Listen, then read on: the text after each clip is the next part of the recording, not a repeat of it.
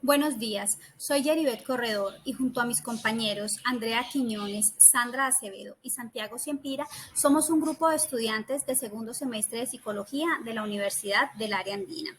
Este trabajo lo realizamos con la finalidad de cumplir con la actividad evaluativa propuesta para el eje número 2 de la asignatura Neuroanatomía Funcional. Y a continuación presentaremos para ustedes la explicación de un tema de gran importancia para nosotros en nuestro proceso de formación, como lo es la corteza cerebral. Comenzaremos por definir qué es la corteza cerebral.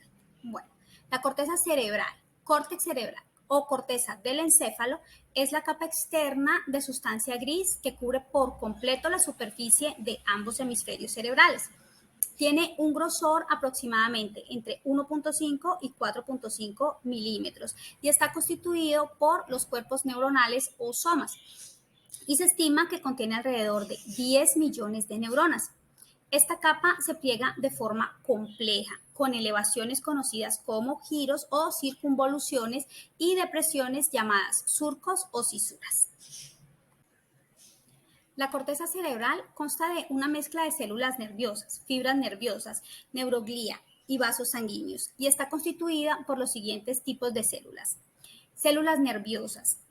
Se encuentran las células piramidales, espinas dendríticas, células estrelladas, células fusiformes, células horizontales de Cajal y células de Martinotti. Además, está constituida por fibras nerviosas. Estas se organizan tanto de manera radial como de manera tangencial. Las fibras radiales se dirigen en ángulos rectos hacia la superficie cortical y las fibras tangenciales se dirigen hacia la superficie cortical y son en su mayor parte ramas colaterales y terminaciones de las fibras aferentes. También están las capas de la corteza cerebral. En la dirección de la superficie hacia el interior, las 6 capas corticales son molecular, granulosa externa, piramidal externa, granulosa interna, piramidal interna y multiforme. Los surcos de la corteza cerebral. Las cisuras o surcos del cerebro son cavidades que se forman entre los lóbulos cerebrales para así formar las partes que componen a la corteza cerebral, con el objetivo principal de crear más espacio entre la masa cerebral para acumular más fibras nerviosas. Los principales surcos de la corteza cerebral son el surco lateral o cisura de Silvio. Este es el que separa el lóbulo temporal de los lóbulos frontal y parietal. El surco central o la cisura de Rolando es la que separa el lóbulo frontal del parietal. El surco parietoccipital es el que separa el lóbulo parietal del occipital. Surco singular. Este es el que separa el lóbulo límbico de los lóbulos frontal y parietal. Y el surco colateral es el que se encuentra entre el lóbulo límbico y el temporal. A continuación vamos a hablar de los lóbulos cerebrales. Los lóbulos cerebrales son las diferentes regiones en las que se divide la corteza cerebral. Existen el lóbulo frontal, el lóbulo temporal, el lóbulo parietal y el lóbulo occipital. También hay algunos autores que plantean un quinto lóbulo y es la ínsula. Características de los lóbulos. El lóbulo frontal es el más grande del cerebro. El lóbulo temporal es el segundo lóbulo de mayor tamaño de la corteza cerebral.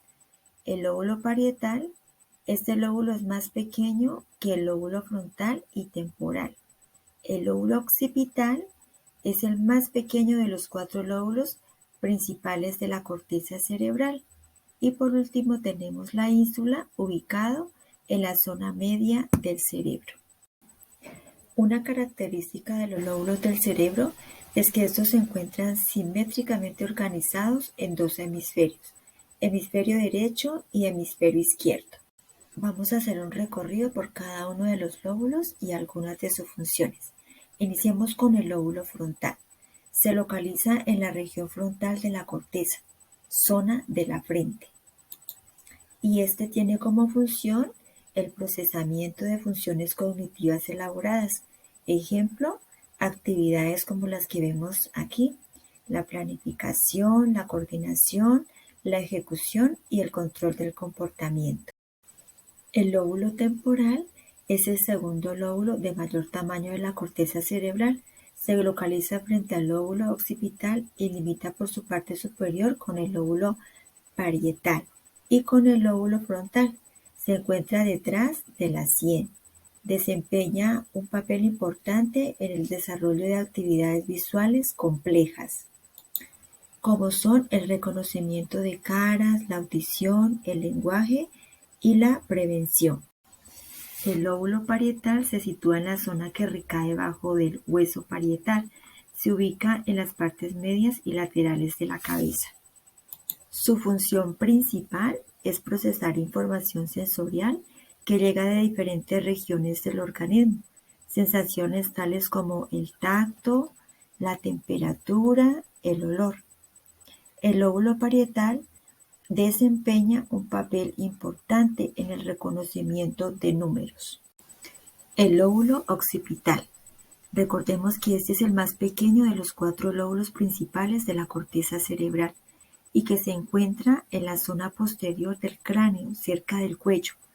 El lóbulo occipital es la primera zona de la neocorteza y resulta el centro del núcleo del sistema visual de la percepción. Esta región recibe información visual de esta área. El lóbulo occipital está dividido en diferentes áreas. Cada una de ellas se encarga del procesamiento de una serie de funciones determinadas. Las más importantes son la elaboración del pensamiento y la emoción, la interpretación de imágenes, la visión, el reconocimiento espacial, la discriminación del movimiento y los colores. Y por último tenemos la ínsula o corteza insular.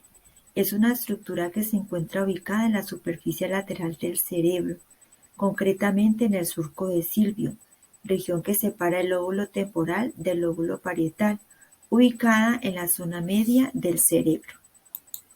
Sus funciones son la empatía, el control motor, la percepción y aspectos cognitivos como la memoria, la atención, el lenguaje y la resolución de problemas.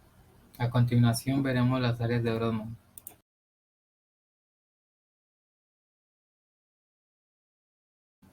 Corteza somatosensorial primaria, área 3, 1 y 2. Función: recibe todas las sensaciones táctiles, articulares y musculares del lado contralateral. Corteza motora primaria, área 4. Iniciación del movimiento voluntario. Ejerce acción y control sobre los músculos distales de las extremidades contrarias. Área sensitiva secundaria, área 5 y 7. Movimientos voluntarios dirigidos hacia un destino en relación con la integración de los estímulos visuales. Área premotora, área 6. Organizar los movimientos que se originarán o en los cuales va a intervenir los estímulos visuales, táctiles y auditivos. Campo visual frontal, área 8. Controla los movimientos sacádicos conjugados voluntarios de los ojos. Área prefrontal, área 9, 10 y 11, 12. Procesos mentales superiores de pensamiento tales como el juicio, la voluntad o el razonamiento. Área insular, área 13, 14, 15 y 16. Planificar o coordinar los movimientos articulatorios para el lenguaje. Corteza visual primaria, área 17.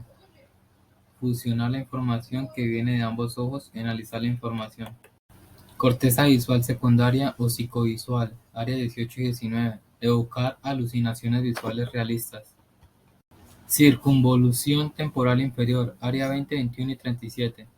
Conecta las áreas visuales y el circuito límbico, ayuda a reconocer los rostros. Área 21, 22, 39, 40, 41 y 42. Comprensión del lenguaje, por tanto, es la región más importante de todo el cerebro para las funciones intelectuales superiores. Área Wernicke. Área límbica, área 23, 24, 29, 30, 35, 28 de Brodmann. Comportamiento relacionado con los instintos y las emociones rodean al cuerpo calloso. Área 25. Hipotálamo y tallo cerebral. Cambios en el apetito y el sueño. La amígdala y la ínsula. Estado de ánimo y la ansiedad. Hipocampo. Formación de la memoria. La corteza frontal. Responsable de la autoestima. Área del cíngulo. Área 26. Está relacionada con creación y almacenamiento de la memoria autobiográfica. Área 27 de Brodmann. Se vincula a procesos relacionados con la memoria, estando cerca del hipocampo, así como con las áreas cerebrales que permiten la percepción e identificación de los olores, De hecho, en ella se encuentra parte llamada corteza olfativa primaria. Área 28. Participa tanto en procesos de memoria como en la integración de la información de la percepción olfativa.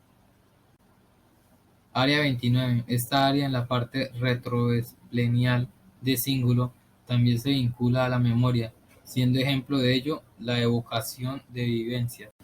Área 31. Esta área se vincula al procesamiento de la memoria y las emociones, participando en sensaciones de familiaridad. Área 33. Esta área se relaciona con la toma de decisiones, así como la percepción de dolor, el procesamiento emocional y la planificación motora. Área 34. Centro de operaciones para la memoria, navegación y reconocimiento de dolores. Área 35. Participa en la memoria estando vinculada a los recuerdos inconscientes, también en el reconocimiento de imágenes. Área 36. Ayuda a codificar y recuperar recuerdos autobiográficos. También ayuda a procesar la información relacionada con la localización espacial. Área 37. Esta área tiene vinculación con el reconocimiento de caras, lenguaje de signos o la comprensión de metáforas, entre otras. Circunvolución angular o área 39. Interpretación de los sonidos, implicado en la comprensión del lenguaje, tanto verbal como escrito, o el cálculo. Área sensitiva terciaria. Área 40. Integrar e interrelacionar la información sensitiva, auditiva y visual. Corteza auditiva primaria. Área 41 y 42. Función: detectar los cambios de frecuencia y localización del sonido para proyectarlos al área auditiva secundaria. Área 43. Discriminación de las diferentes sensaciones gustativas. Área 44 y 45. Consiste en la coordinación de movimientos de la zona de la cara, laringe, faringe y respiratorio. Área 46 y 47. Recibe y proyecta las conexiones con las regiones de asociación sensoriales. Área 48. Es una subdivisión de la región del hipocampo. Área 49. Desempeña el papel integral en la navegación espacial. Área psicoauditiva. Área 22 y 42. Generación de respuestas habladas. Área parainsular. Área 52. Su función está desconocida. La corteza cerebral y sus patologías. La corteza cerebral debe considerarse la última estación receptora de la línea de estaciones que reciben información de ojos, oídos y órganos de sensibilidad en general. Las lesiones en la corteza motora primaria pueden conducir a la parálisis o a la convulsión epiléptica jacksoniana. Causa cambios en el tono muscular y las áreas 4 y 6 provocan espasmos musculares al verse lesionadas. El área motora secundaria, las lesiones en esta área dan lugar a la variante más completa de parálisis cerebral. El campo ocular frontal, las lesiones en este campo del hemisferio hace que ambos ojos se desvíen hacia el lado de la lesión. Las lesiones en el giro frontal inferior izquierdo causan la pérdida de la capacidad de producir el habla, es una afasia expresiva. Las lesiones en esta área hacen que se pierda la capacidad de entender las palabras y aparece una afasia de comprensión. Las lesiones en el área motora sensitiva del lenguaje dan lugar a la pérdida de producción de palabras y a la comprensión, causadas por una afasia global. Las lesiones del giro angular del lóbulo parietal posterior divide la vida entre el área de asociación visual y la porción ventral del área de Wernicke, y esta lesión no permite a la persona ni poder leer ni escribir. La corteza prefrontal tiene una transmisión dopaminérgica abundante, así que una deficiencia en esta transmisión podría propiciar algunos síntomas de esquizofrenia o trastornos de pensamiento. Corteza sensitiva. Una lesión en esta área, la persona no podría percibir la intensidad de localizar los estímulos táctiles con exactitud. Una lesión en el área de asociación somestésica impediría a la persona por sí sola poder vestirse o poderla. Las lesiones en el área visual primaria causarían la pérdida de la visión en el campo visual contrario. Área visual secundaria. Las lesiones dan lugar a una pérdida de la capacidad de reconocer objetos vistos en el campo de la visión contraria. Área auditiva primaria. Una persona que sufre una lesión en esta área Puede experimentar sordera para las palabras, a lo que llamaríamos agnosia verbal. Área auditiva secundaria. Una lesión en esta área causa la incapacidad de interpretar sonidos y ruidos.